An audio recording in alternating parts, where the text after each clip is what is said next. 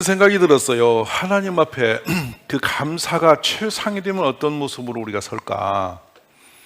근데 다윗의 모습을 문득 떠오르게 하셨는데 본문을 보니까 다윗이 뭐 하고 있나요? 오늘 춤을 추고 있어요.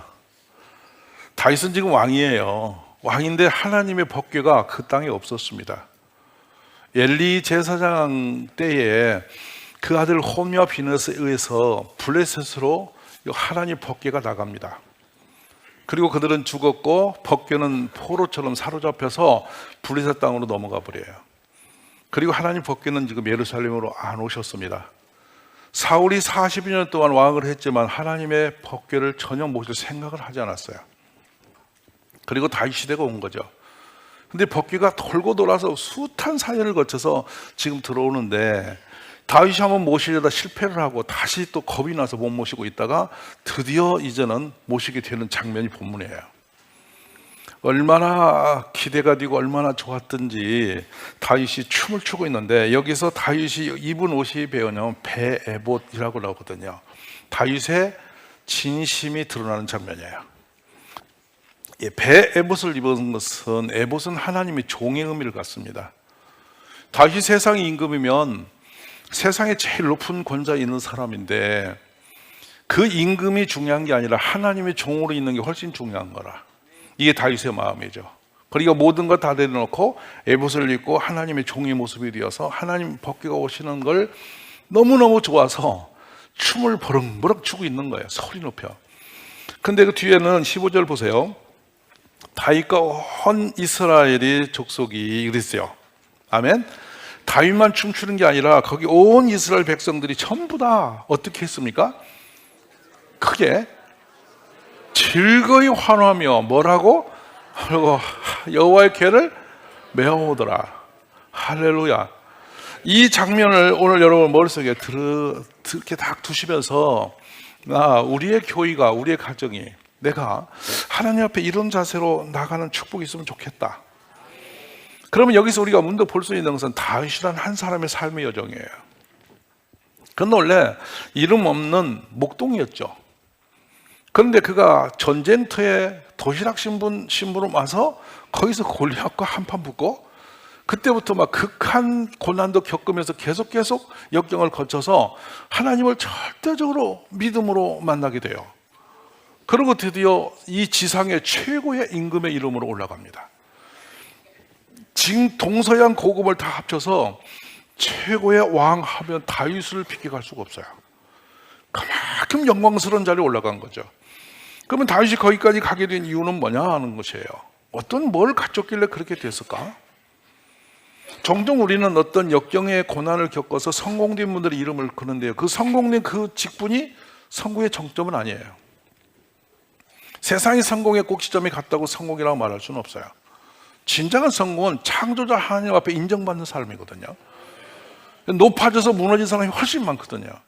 근데 이 다윗은 높음을 받았어도 끝까지 하나님의 종으로서의 삶을 살아내는 거예요.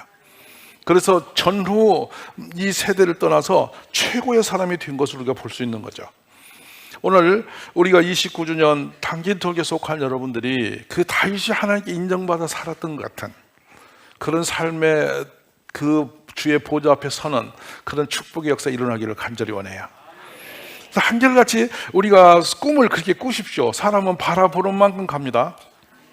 꿈을 꾸는 것만큼 살아요. 여러분의 꿈이 그냥 이름 없이 살다 가는 그런 나그네 길이라 할지라도 하나님 앞에 인정받는 선까지 올라가서 하나님 앞에 생각해 보세요. 여러분 춤을 어디서 춰봤나요? 혹시 춤 춰본 데가 있으세요? 그러니까 춤을 춰본 적이 없지요, 거의가. 근데 춤을 추어봤다. 근데 이 춤이 억지로 어떤 무대에 가서 추는 춤이 아니고 내 마음이 너무 기뻐서 너무 감사해서 나도 모르게 막 춤이 나와버린 상태가 있었나요? 혹시? 처음처럼 이런 경험이 잘 없죠, 우리가. 근데 얼마나 다윗이 어린아이같이 춤을 췄는지 그걸 저 멀리 창너머로 바라보는 미갈이라는 부인이 창피하다. 저게 최신머리도 없이 저게 무슨 창피고. 이게 다윗이 춤을 추다가 옷이 벗어진 거예요. 무슨 말 아세요? 근데 옷 벗어진지도 모르고 막 막 춤을 추고 있으니까 부인이 너머로 보고 집안 방지 다 시키고 있다 이렇게 시험이 들었을 정도로 그렇게 좋아했어요. 근데 그렇게 춤춰본 적이 있느냐는 거예요. 오늘 그 다윗의 춤추는 장면을 연상하면서 나도 언젠가 하나님 앞에 그런 사람이 됐으면 좋겠다, 이런 꿈을 꾸어보시기 바라요. 할렐루야. 근데 봅시다. 지금 이 하나님이 이 왕정 시대로 막 돌아가면서 이 역사를 오늘 한번 훑어보고 싶은 거예요. 하나님 어쩌다 하나님 오시는데 다윗이 춤을 추면서 그렇게 좋아했을까? 이전에 엘리 시대에 우리 하나님은 참 멸시를 받았습니다. 영이 어두운 엘리는 늦둥이 아들 둘을 낳는데 그때는 가문의 유업으로 그 제사장 자리가 넘어가는 거죠. 근데 두 아들이 하나님을 알지 못했습니다. 하나님 알지 못하는 것이 재앙이고 형벌인 걸 알지 못했어요. 근데 두 아들은 늦둥이로 태어나서 버릇이 없었죠. 그래서 아버지의 말을 안 들어요. 그것이 얼마나 무서운 재앙인지를 엘리는 몰랐습니다. 아들도 마찬가지고. 근데 결국에 하나님은 성경에 기록을 남겨놨어요. 하나님이 죽이기로 작정된 아들들이었다, 이렇게 돼요. 새겨들을 필요가 있는 부분이죠. 그런데 어느 날 그들이 전쟁이 나요. 전쟁이 나는데 제단에서 하나님을 멸시를 할 대로 한 그들이 전쟁이 나니까 나라가 위급해지니까 군대를 들고 나갔는데요, 4,000명이 한 전쟁터에서 죽어나갑니다. 너무 큰 충격을 받고 돌아와서 그들이 생각을 합니다. 하나님의 법궤를 모시고 나가면 이 전쟁이 이겨주지 않겠냐? 자기들이 믿음은 없지만 하나님이라는 이름으로 나가면 하나님이 싸워주지 않겠나? 이런 생각을 가지고 하나님을 전투 현장으로 모시고 나갔어요. 나갔는데 하나님은 아무 일도 안 하시고 법궤는 그냥 괴짝이 되어 있습니다. 자, 여러분, 하나님을 끌고 나간 겁니다. 이건 모시고 간 게 아니에요. 이용하기 위해서 끌고 갔죠. 하나님은 침묵하셨고요, 이들은 그 전쟁터에서 죽고 나라는 멸망해버립니다. 그래서 결국에 엘리는 그 소문을 듣고 그 비둔한 나이로 98세에 의자에서 떨어져서 목이 꺾여져 죽임을 당합니다. 그때 임신했던 며느리가 배가 뒤틀리면서 충격을 해서 조산을 하죠. 애가 태어나는데 그 여인은 그 아들 이름을 이가봇이라 합니다. 엘리의 며느리 얘기죠. 하나님의 영광이 떠났다. 그리고 그 가정은 끝이 나죠. 근데 문제는 이 하나님의 법궤가 어디로 갔냐면 이제 잡혀가셔서 다곤이라는 블레셋 귀신 신상에 갖다 모시다 놨어요. 이게 그들이 왜 그런 일을 했냐면 옛날에는 신 중심의 국가들이었기 때문에 신정시대라고 그럽니다. 신이 그 나라의 상징이었죠. 그러니까 그 다곤 신상에 하나님 법궤를 이렇게 모시다 놓은 거는, 그 모신 게 아니라 끌어다 놓은 이유는 여호와의 신이 얼마나 허접잖은 신인지 다곤에게 졌다, 이걸 자랑하려고 상징적으로 하나님의 법궤를 모셔다 놓은 거예요. 근데요, 아침에 가보니까 다곤 신상에 그 신 우상이 쓰러져 있어요. 우연히 뭐가 잘못됐나 봐 하고 다음날 다시 세워놓고 하룻밤 자고 났더니 이거 웬일입니까? 몸뚱이와 손발 다 잘라져서 굴러다니고 있어요. 충격이었죠. 그때부터 설설설 이들이 이제 겁을 내기 시작해요. 이게 무슨 일이고 이게 무슨 일이고 생각하는데 이제 점점 이 장면을 더 극화시키기 시작하는데요, 하나님이 모시고 있는 법궤를 통해서 한 일처럼 전국의 흑사병, 그러니까 지금 말하면 독종이 돌아서 사람이 죽어나가요. 근데 이건 우연이 아니었다는 그들이 압니다. 무지한 그들이 이것은 그 법궤가 오는 날부터 일어난 일이었지? 이런 생각이 올 만큼 나라가 재앙에 빠지죠. 그러니까 그때부터 이제 하나님은 더 이상 그들이 모실 수 없어서 빙글빙글 돌리기 시작하죠. 그래서 이 하나님의 이 법궤를 더 이상 못 모시겠다, 이제 가드로 이 법궤를 옮기자. 가드란 동네로 그 법궤가 옮겨가는 순간에 그 가드 땅의 사람들이 완벽하게 죽임을 당합니다. 초토가 됩니다. 그러니까 하나님의 법궤가 재앙으로 역사를 하고 다니는 거예요. 그러니까 도저히 가드 사람이 더 이상 못 견디겠다고 난리가 나서 이제는 에그론으로 옮기자. 그 성경 구절 한번 볼까요? 사무엘상 5장 10절에서 만나게 되는데요. 자, 읽어봅시다. 이에 그들이 하나님의 궤를 에그론으로 보내리라. 하나님의 궤가 에그론에 이른즉 에그론 사람이 부르짖어 이르되 그들이 이스라엘 신의 궤를 우리에게 가져다가 우리와 함께 우리 백성을 죽이려 하는구나, 이렇게 했어요. 근데 봅시다. 11절로 2절을 이어갑니다. 이에 사람을 보내요 모든 방백을 모으고 이르되 이스라엘 신의 괴를 보내어 그 있던 곳으로 들어가게 하고 우리와 우리 백성이 죽임 당함을 면하게 하자 하니 이는 온 성읍이 사망의 환난을 당함이라. 거기서 하나님의 손이 엄중하심으로 죽지 아니한 사람들은 독한 종기로 치심을 당해 성읍에 부르짖으며 하늘에 사무쳤다. 여러분 한번 상상해 보세요. 하나님의 법궤를 모셔오는 날부터 사람이 죽어나가는 거예요. 살아있는 사람은 다 족종이고 다 병에 시달려서 살 수가 없어. 얼마나 두렵습니까? 그래서 이들이 얼마나 견디냐면 7달까지 견뎌요. 많이 견딘 거죠. 그러다 드디어 그들은 하나님의 신이 했냐 아니냐 그래도 의심스러워서 드디어 새끼를 낳고 한 번도 멍에를 매지 않은 암소 2마리를 추출합니다. 그리고 암소 뒤에다가 하나님 법궤를 싣고 송아지는 여기다 묶어놓고 암소 2마리는 하나님 법궤를 싣고 2마리가 그 수레를 끌고 벳세메스로 가게 하였습니다. 그러면 송아지가 젖을 먹혀서 뒤에서 울면 젖먹이는 짐승이니까 뒤로 돌아와서 송아지에게 가게 돼 있는 원리가 그렇지 않습니까? 근데 하나님 법궤를 실어서 보내는데요, 이 장면이 가슴 울리죠. 그 말 못하는 짐승이 웬일인지 벳세메스로 눈물을, 송아지 소리를 들으면서 눈물을 흘리면서 법궤를 모시고 가고 있습니다. 이게 벳세메스에 일어났던 역사죠. 우리 하나님이 살아계셔서 동물도 하나님을 인정하고 하나님의 뜻을 따라갔다, 그 뜻입니다. 아멘이십니까? 하나님의 제사에 삼각 갈고리를 넣어서, 새 갈고리를 넣어서 고기도 훔쳐먹고 하나님을 가끔 멸시하고 전쟁이 나니까 혹시 모르겠다 하고 모시고 나갔다. 하나님의 법궤가 뺏겨지고 전쟁에 실패를 하자 그들이 무슨 소리 하는지 아세요? 여호와 계시면 이렇게 우리가 죽겠나 하면서 하나님을 저주했어요. 그러면 죽었어요. 믿음은 시원찮으면서 컥하면 하나님 탓하는 이상한 사람들이 되어 있는 거죠. 이래서 결국 하나님 법궤는 가는 곳마다 당신 스스로가 내가 살아있는 하나님을 드러내기 시작했어요. 얼마나 놀라운 일이겠습니까? 그래 드디어 사무엘상 6장에는 이 벳세메스로 그 레위 지파들이 성배했던 벳세메스로 하나님 법궤가 소에 실려서 가고 있습니다. 근데요, 시금방직의 이 레위 족속들이 하나님의 법궤가 궁금한 겁니다. 소가 싣고 온 법궤가. 이게 못된 짓은 다 하고 있는 거예요. 하나님 얼마나 멸시해 보세요. 법궤를 열어보려고 손을 대고 열다가 즉사해버려요. 하나님은 살아계신 분입니다. 우리가 있다 없다가 아니라 스스로 살아계심을 드러내신 거죠. 왜 그들이 하나님 법궤를 궁금해서 들여다보고 싶었냐면 호기심으로 하나님을 끼웃끼웃한 거예요. 여러분, 호기심이 하나님이라 하나님은 살아계신 분이세요. 믿음의 길을 간절히 바랍니다.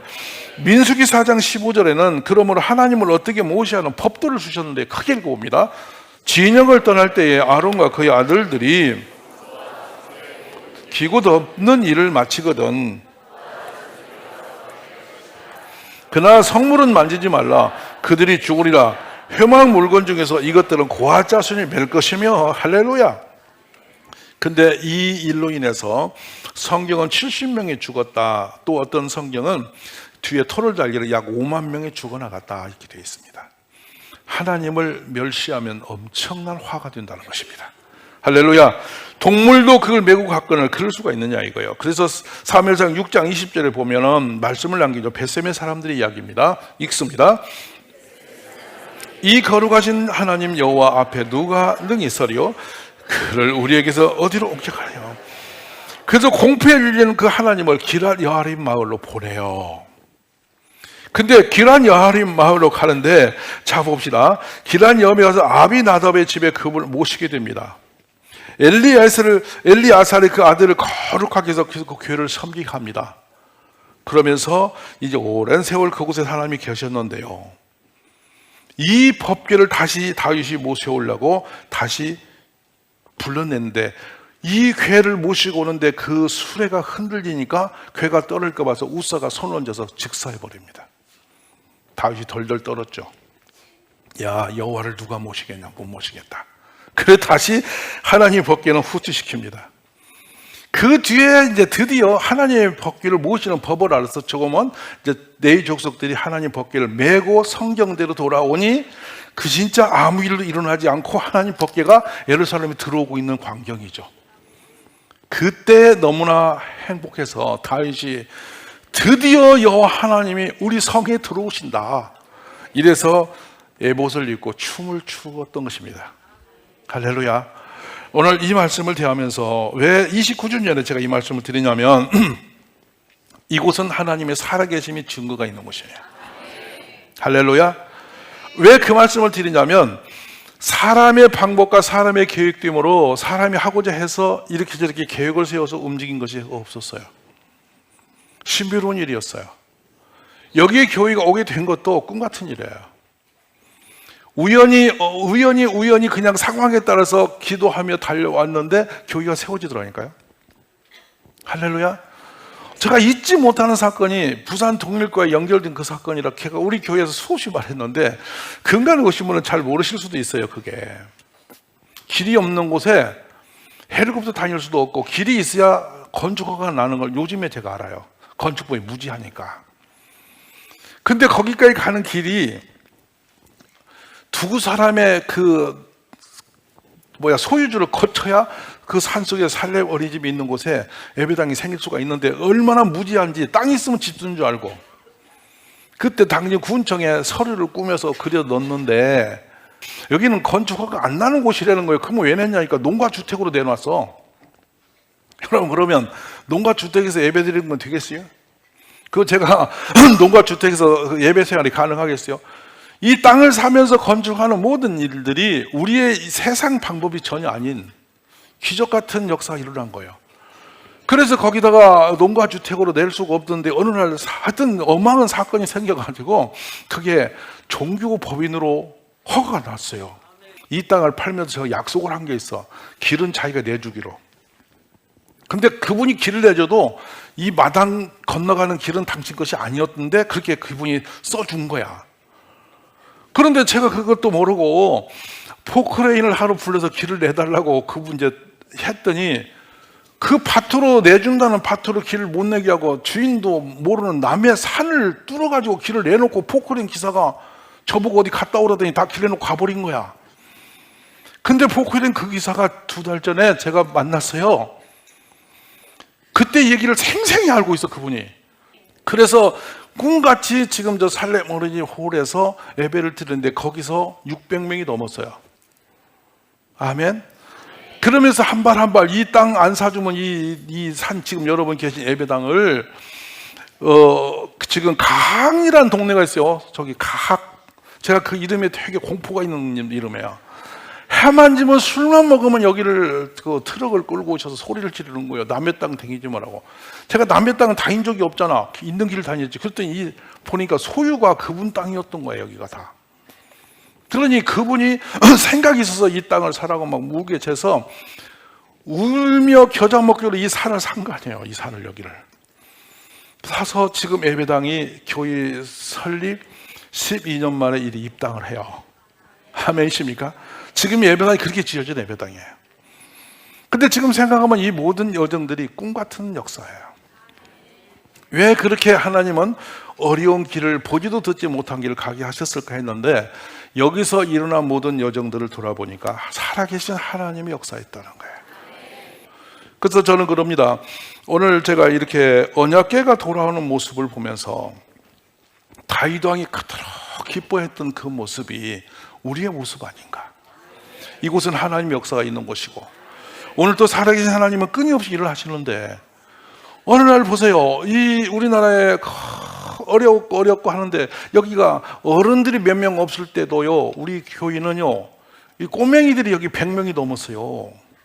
애들이 와요. 그런데 현대 아파트에서 걸어서 오고요, 청구 아파트 걸어오고요, 읍내에서도 걸어 여기 와요, 애들이.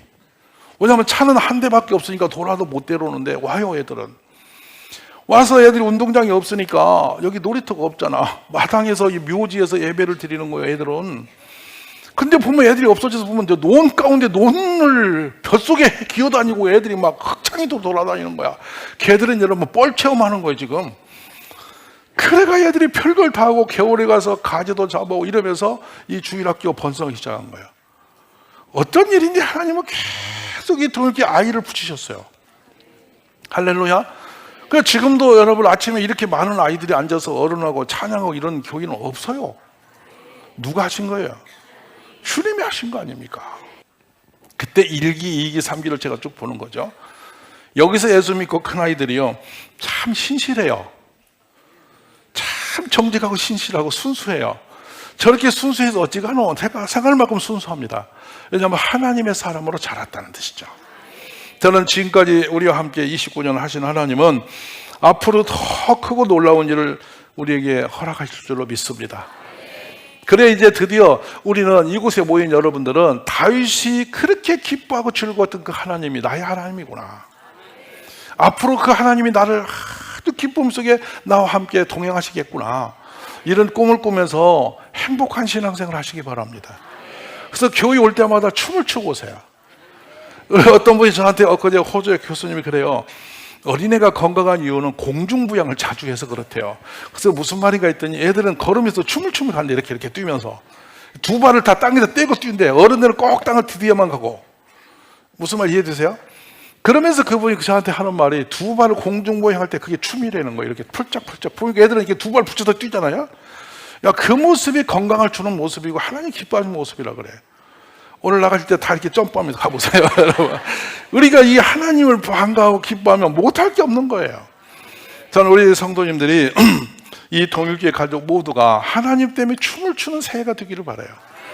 자녀를 손을 잡고 부부가 손을 잡고 서로가 서로를 바라보면서 행복해서 막 춤을 추고 달리는 그런 동일교회 가족이 다 되시기를 바랍니다. 할렐루야. 옆에 보는 인사를 하십시오. 우리 같이 춤을 춥시다. 뒤에 분에 인사하세요. 얼굴 좀 펴시고 춤추며 사시자. 아멘이십니까? 그래서 우리 모두가 꿈을 꾸며 춤을 추며 하나님께서 기뻐하시는 그 나라를 세워가는 우리 가족이 다 되시기를 주님의 이름으로 축복합니다. 여러분이 그 마음만, 기쁜 마음으로 하나님만 만나기 시작하면 여호와를 기뻐하라 그러면 내 마음의 소원을 다 이루어주시리라. 이 말씀이 제가 여기 와서 처음 들은 메시지예요. 하나님 어떻게 기뻐하는 거야? 뭘 기뻐하는 거야? 그랬더니 생각하니까 다윗이 하던 모습이 그대로 오버랩되는 거예요. 이제 하나님을 기뻐하시기를 바랍니다. 날마다 기뻐하십시오.